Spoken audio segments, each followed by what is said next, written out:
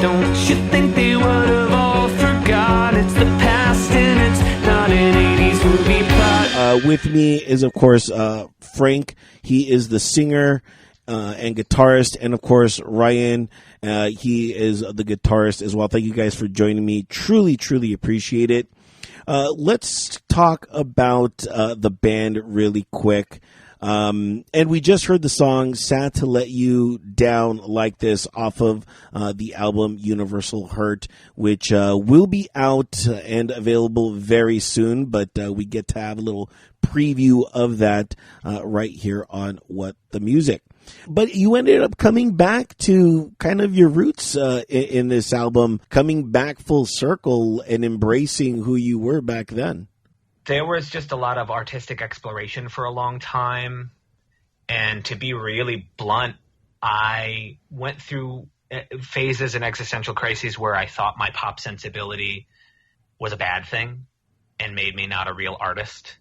And I was doing almost everything I could to cover that up or do something different. And I had friends along the way trying to lovingly tell me that that was stupid.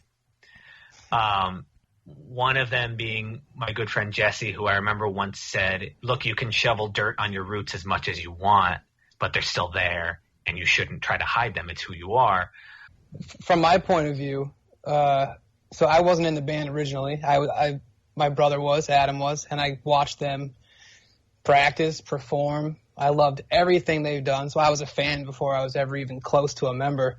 And I like everything Frank has pretty much written his entire music career so far, but I always felt like his wheelhouse was like that power pop, like catchy melody, like quirky, unique, deep lyrics, just like so.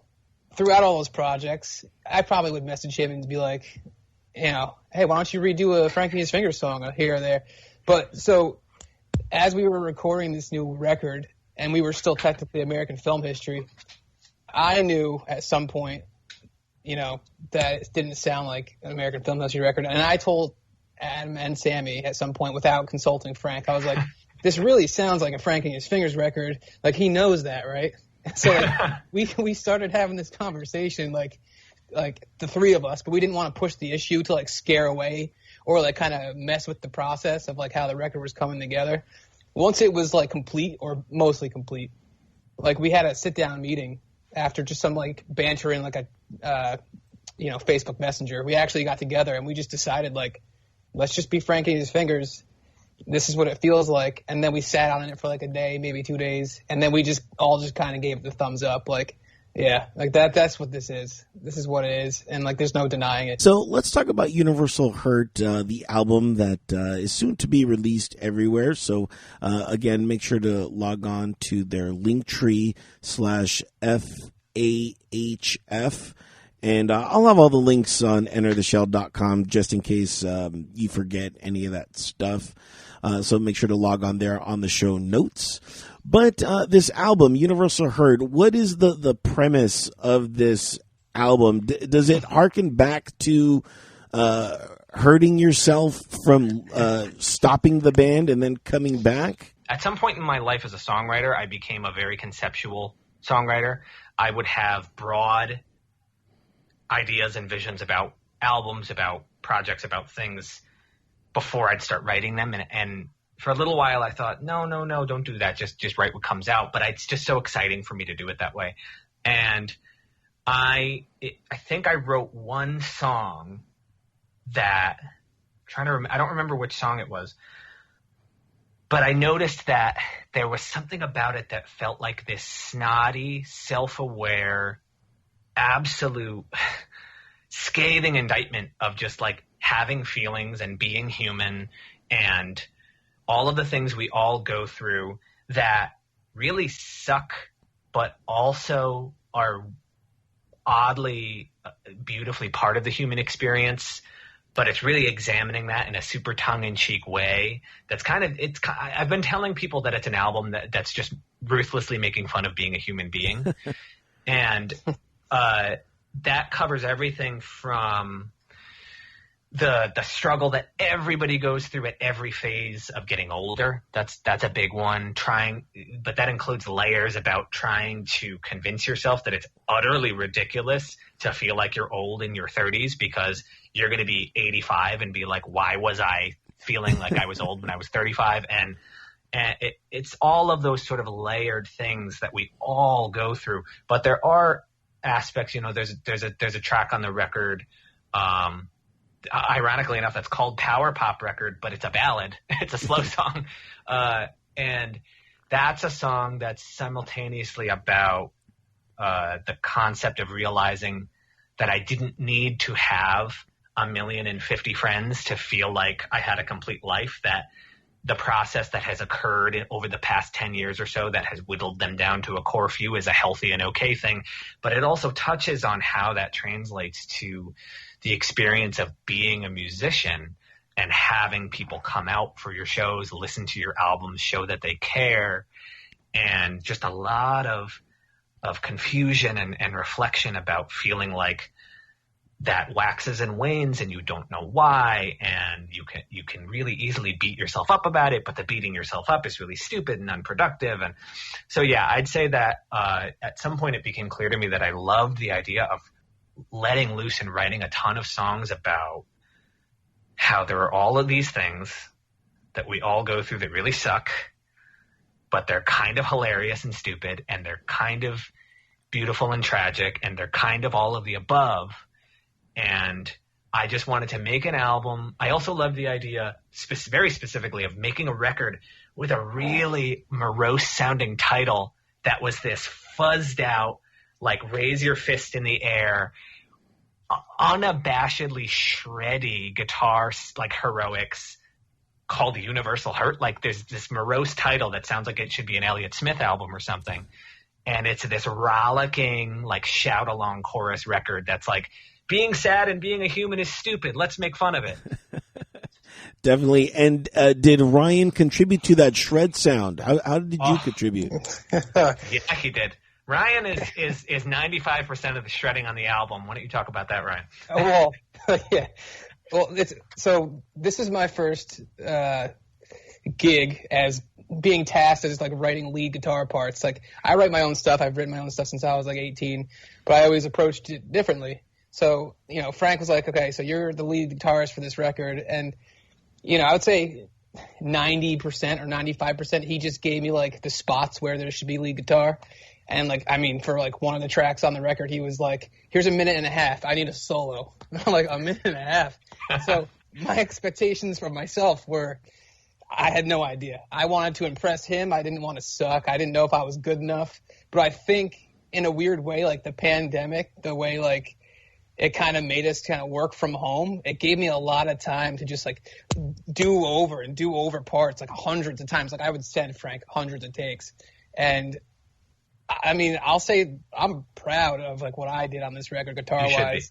There's some really cool parts, and yeah. I wasn't sure I was able to even do that. So hearing everything back, it's like it's such a cool thing to like. And there are some shreddy moments. Like there are shreddy moments. There were moments that I remember listening back for the first time, and he would do something that was unexpected and just shamelessly over the top. We're talking like Eddie Van Halen, like tapping, like stuff that shouldn't belong on a record like this, and that's what I wanted. That's what I encouraged out of him. Than Eddie Van Halen, but yeah, well, I wanted a little sloppy here and there, but but I remember there were moments when he'd go into this like just jubilant tapping thing or something over this big end section of a song. And I remember being in this room, my home studio, and like standing up and like jumping up and down because I was so excited. And my partner downstairs, she'd be like, "Are you okay? It sounded like you were throwing things up there," because that's how good of a job I think he did.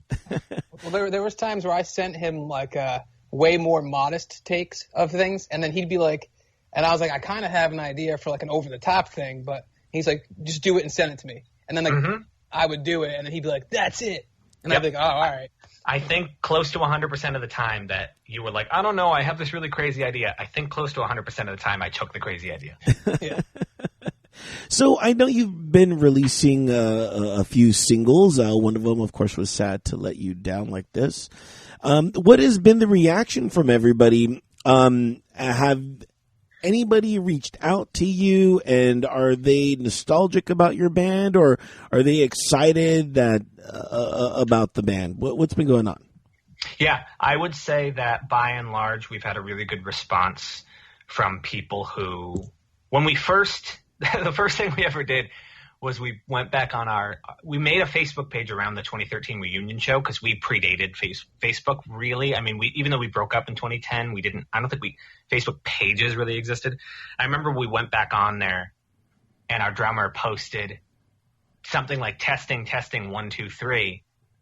And all these people were like sharing it, and people were sharing it saying like, what? Yeah. And people were like, what is going on? And for a little while, people thought it was another reunion show, and people were excited about that, but confused because it was during a global pandemic, and they're thinking, is this like in 2 years or what is it? And, you know, we've been working with a publicist, and I remember she gave some good advice on when to say what.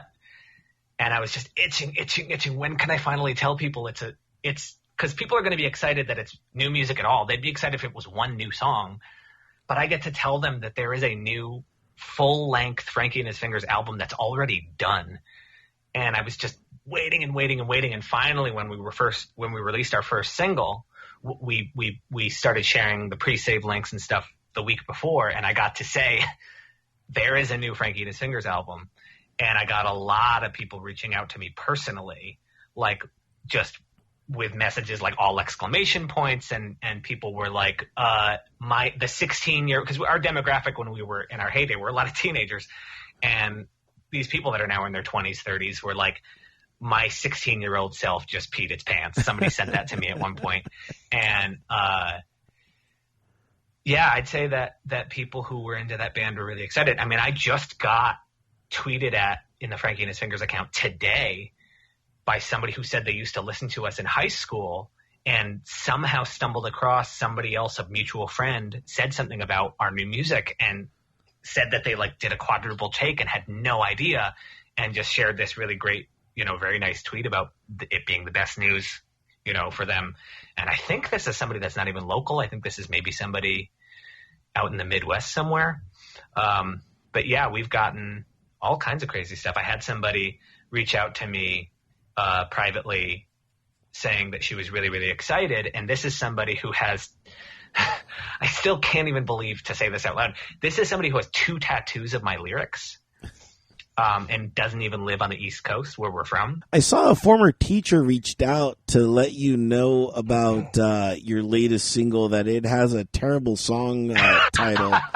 What was your reaction to that? Oh, it was fine. It was funnier as a short tweet like that, not really giving the full context. In reality, it was very playful and totally just a jab. And it was meant to be a joke. He was clearly aware that it was horrible grammar.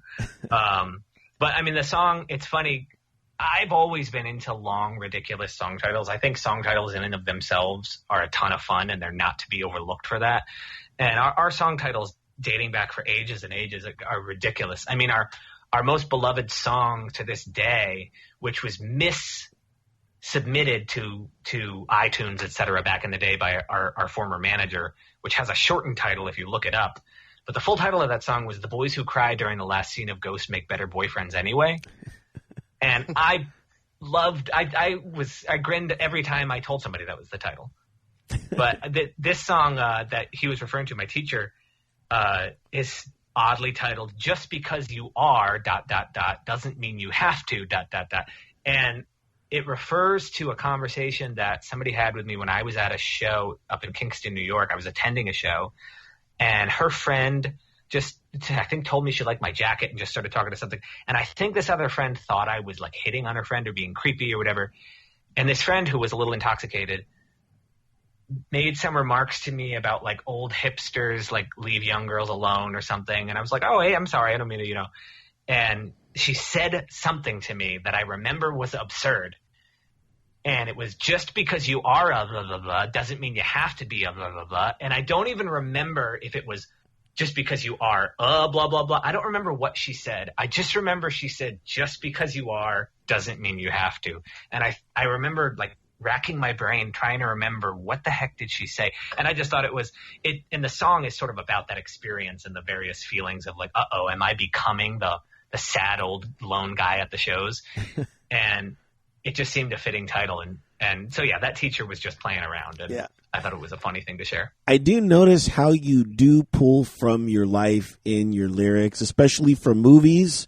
Last Action Hero, I noticed that you pulled a lyric out of that movie.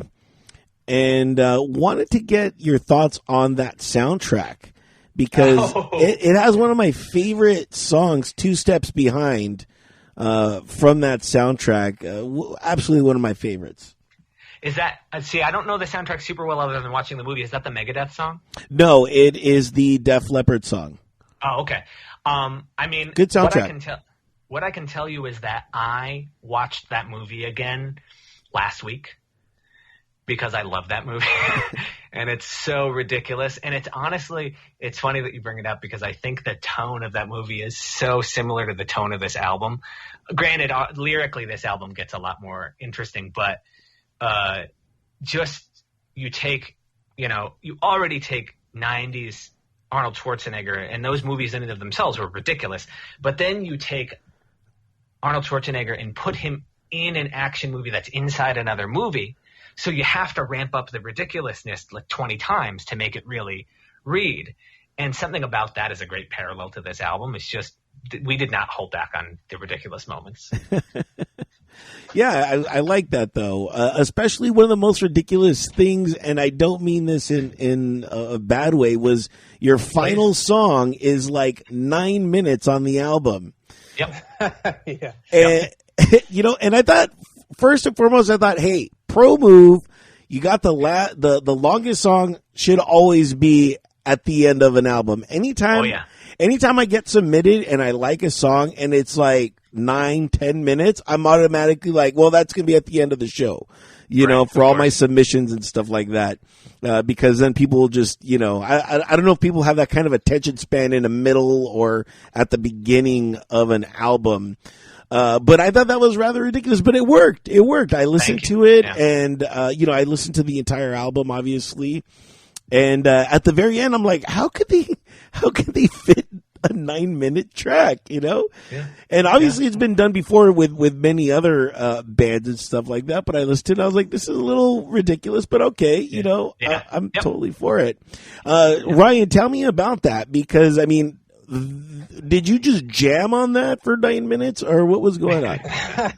Well, so that song's interesting because I had heard like a demoed out like electronic version that Frank had made a few years ago, because it's a song I think like a bunch of the parts of it had been in your head at least for a long time. Like, we actually, Sammy and Adam and I came up with this riff in their basement in Red Hook in about 2008, and it just never made it into a song, the main riff. Right. So this is one of the tracks where he told me that I had a solo. So for the first solo, it comes in at around like 2 minutes, 40 seconds or 50 seconds. And I, just based on the way the rest of the track sounds, I was like, I'm going crazy here. I'm going like pure 80s. Like, I'm going to try to get as shreddy as possible to my ability. I think that part's awesome. So what I didn't know about that track is at the end, starting at like 7 minutes and like 38 seconds, if you can get there. I hope people can. So Frank hadn't showed anybody, but then Frank sent it to me because he wanted me to contribute to it. So he does this crazy guitar solo at the end with a lot of like whammy bar and stuff. And he was like, I want you to add to it like a partner type solo. And I was like, man, I don't want to screw that part up. But so that's where I really sat down and tried. And then what I did was I just did the more like melodic thing in the background type thing. And I swear to you, this is probably the part I'm most excited to play live if live shows ever happen again. I would just love to just do the cheesy back to back, just like yeah, you got to, you got to. That's what I want to do. That's all I want to do. Yeah, you absolutely have to. I could see that as well. Doing the cheesy back to back and going after that. Love it. The album is out very soon. Make sure to check out the Linktree for more information. Linktree/FAHF. Go check it out. And, of course, I'll have all the links on the show notes. Make sure to check it out, Universal Hurt. Really enjoyed the album. Really liked listening to it, as I do. And with this album, usually I just sit there and I watch, the screen. I'm real weird when it comes to like listening to music. I'll just watch the song, the track, and then the time go by, and I'll just be like, But this one, I actually made a salad too. So I was making a salad to this album. So, I mean, I don't know what that means. You know what I mean? Whether it's not make a salad and eat it, but that's my review. In keeping of ridiculousess. Make a salad too. Yeah, definitely. Yeah, make sure to put that on your liner notes. Yeah, we'll put that there. Yeah, that's a pull quote. Oh man, thank you guys so much for coming on. Really happy that you guys rekindled your flame and have found each other again. Truly enjoyed the album Universal Hurt. And what advice would you give to bands that are somewhat in this boat of deciding to break up and do you eventually think that they'll all come back together, or do you think that this is a very unique situation? I think there's one variable that may or may not apply to other bands, and it's that we did not have any issues with each other. We were still close friends, and that had nothing to do with why we broke up. So that's why it was so easy to always find our way back to playing music together. I know that there are bands, and it happens, where you just realize you clash with certain people. It's a personality clash. And that's one of those things that I think when I was younger, I thought you could always fix it. But sometimes it's just not the case. So I would say if you're in a band and you feel like things are on the rocks, the first thing I would try to assess is, are these people who I gel with? Are these people who I have natural chemistry with and they feel like a family? And the second thing I would ask myself is, how do I remember that this is supposed to be about fun? Because when we started making this record at all, before we even decided to reform as this band, my number one goal was to have fun making a record. I didn't really have any other goals at the time. I just wanted to have fun making a fantastic record and just have a blast. And that worked. And I think when you base everything in that, the other things that come after are all gravy. And you'll find your productivity and you'll find your path of goals and all those different things. But you got to start with the fun. Otherwise, it doesn't matter. Gotcha.